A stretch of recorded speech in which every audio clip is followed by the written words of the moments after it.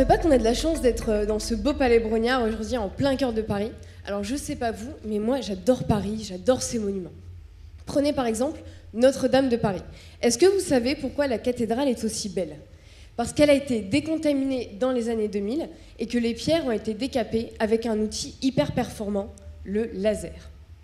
Et dans le domaine du nucléaire aussi, on aimerait pouvoir nettoyer les équipements de manière aussi efficace, en limitant les déchets et sans en abîmer la structure. Et c'est pour ça que j'étudie l'ablation laser pour la décontamination de surfaces métalliques. Alors pourquoi? Parce qu'au cours de leur exploitation, les composants métalliques, comme les générateurs de vapeur ou les chaînes blindées, vont former à leur surface une couche d'oxyde de quelques microns qui va piéger les radionucléides comme le cobalt et former une couche radioactive. Et cette couche radioactive, il faut l'enlever. Alors, le principe est simple, on va balayer la surface avec des impulsions laser pour pulvériser l'oxyde. Et cet effet de pulvérisation d'oxyde, c'est ça, l'ablation laser. Alors, ok pour le principe, mais malgré un passage répété du laser sur la surface, il reste des éléments qu'on n'arrive pas à enlever.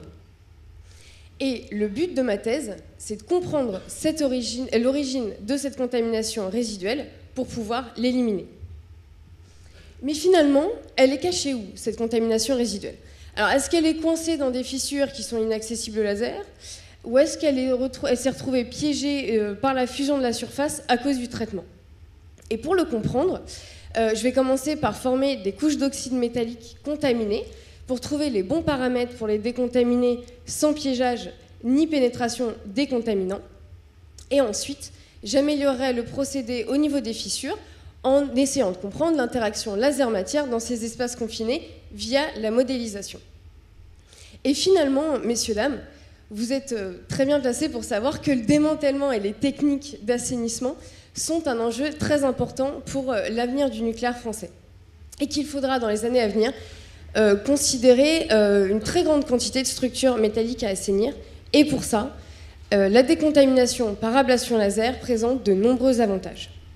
Alors, tout d'abord, elle permet un traitement précis et localisé. Elle génère peu de déchets secondaires et surtout pas d'effluents. Et enfin, automatisé, le traitement peut se faire à distance sans exposition des travailleurs. Donc croyez-moi que mieux maîtrisé, plus précis et plus efficace, la décontamination par ablation laser sera un outil à considérer dans les années à venir.